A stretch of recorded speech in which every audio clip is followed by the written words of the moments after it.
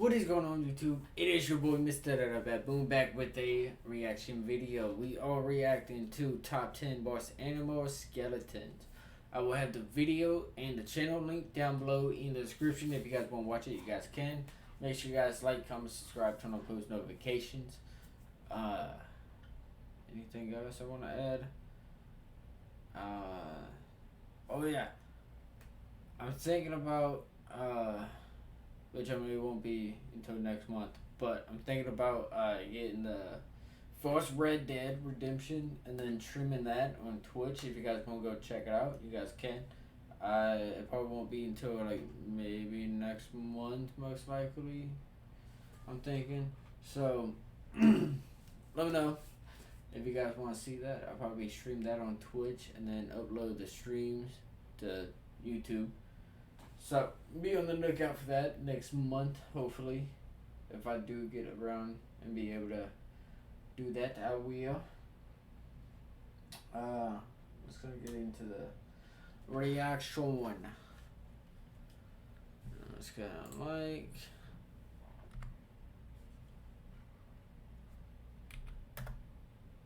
This video is sponsored by Skillshare.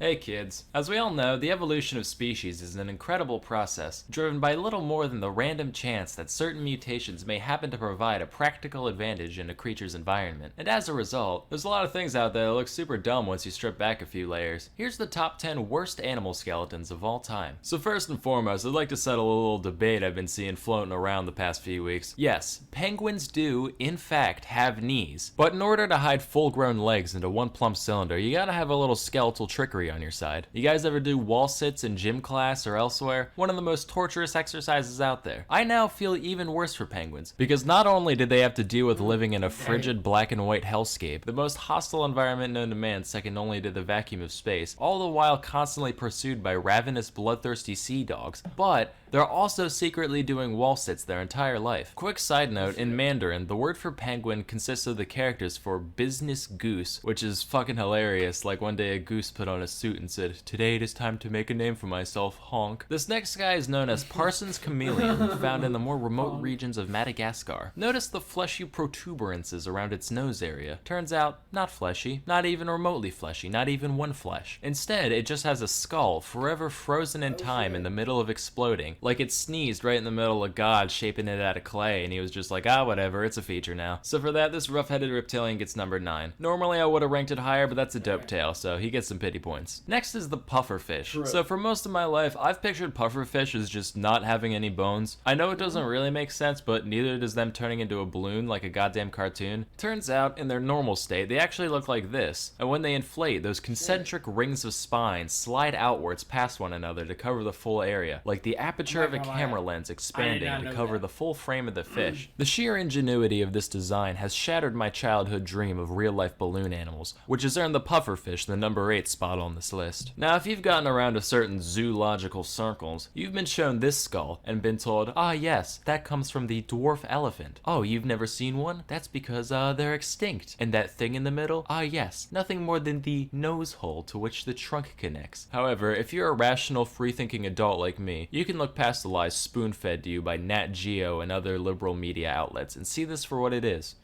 A cyclops. Next is the orca, otherwise known as the killer whale, the panda torpedo, or the SeaWorld slave. Its skeleton is fairly normal at first glance, but check out this little thing under here. That little bony blip is actually all that remains of the legs and pelvis of the orca from when it evolved from land mammals. Personally, I think that's highly disrespectful to their ancestors. Like, they could have taken the seal route and used those legs for good in the water, but instead these sea cowards said, no thanks, we're gonna undo all that evolution and just be bigger, smarter, warmer fish again. But hey, we'll keep this little piece of nothing just to remember you guys by. Truthfully, I could have chosen almost any cetacean to pick on for this, but the orca's face also reminds me of SCP-682, which is the most OP overrated shit out there, so he gets the number 6 spot. Moving on, now bear with me here. In every other mammal on Earth, the canine teeth point downward from the gum to the mouth. You know, like a tooth. But this guy, known as the Babarusa, said, "Huh," and decided to have them grow up through the entirety of its fucking snoot and out the other end, which is the most nonsensical thing I've ever seen. Like, toenails out the front? How cliche. Let's make them go through the whole foot instead. Look, now I can kick good behind me. That's not all though. These tusks also keep growing for the creature's entire life, which isn't a problem in and of itself, right? Rodents, they keep chewing stuff to wear them down. Alligators, they just let them fall out now and then. But the Babarusa's like,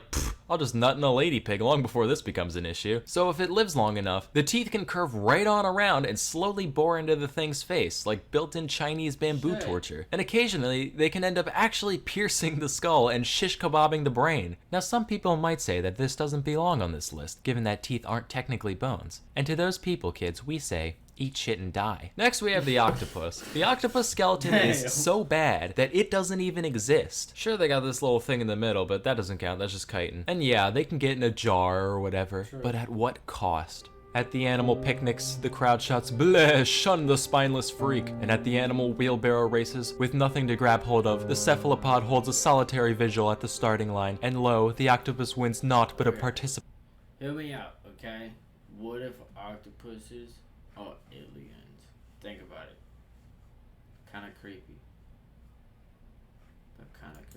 Medal at the Grand Prix, and the number 4 spot on this list. Moving on, here's the skeleton of a fruit bat. Now, not a big deal to us regular folk, but imagine if humans had no context of bats and they dug this thing up. Like, class, archaeologists have recently found these fossilized remains, and using modern technology, we can see exactly what it would have looked like back when it was alive. This abominable creature is known only to scientists as Finger Boy, and is theorized to have fed upon fruit, insects, and the dreams of orphans, which it would siphon out from the ears of the errant little waifs whilst they slumbered. By the way, if you Google image bat skeleton, like, more than half of them have the ears built in, just like, I feel the extraordinarily bat-like wings and figure of our decoration are much too subtle for our consumers. Better slap these on. At number 2, we have the anteater. From its oboe-like skull to its gorilla fist and hands, one can only wonder who let this creature exist. Fun fact, if you take the anteater's skull and blow into its nose, it plays a beautiful song recounting the animal's entire life, and then security escorts you out of the museum. Looking at this, I can only pose the question asked for generations long before my own.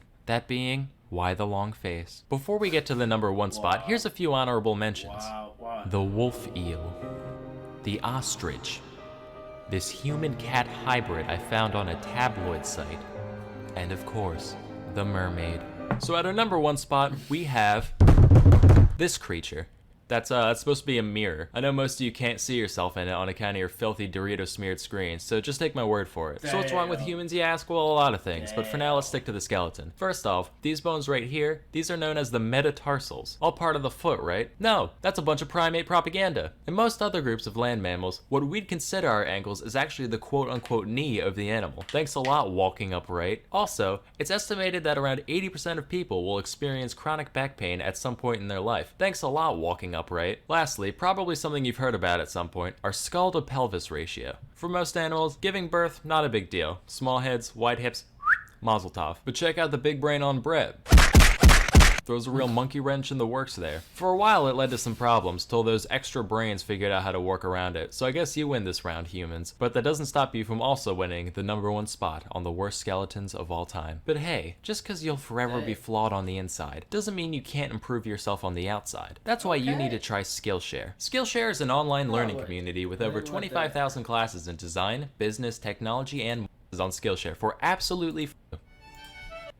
Yeah. So that was it. I mean, okay. I did not know that about. Yeah, no, I did not know that. Okay, let me know what you guys' thoughts are down below in the comments if you guys knew. You know, you guys know.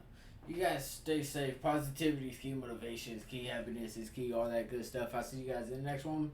You guys look out for each other, all that good stuff. Stay safe. I'll see you guys in the next one.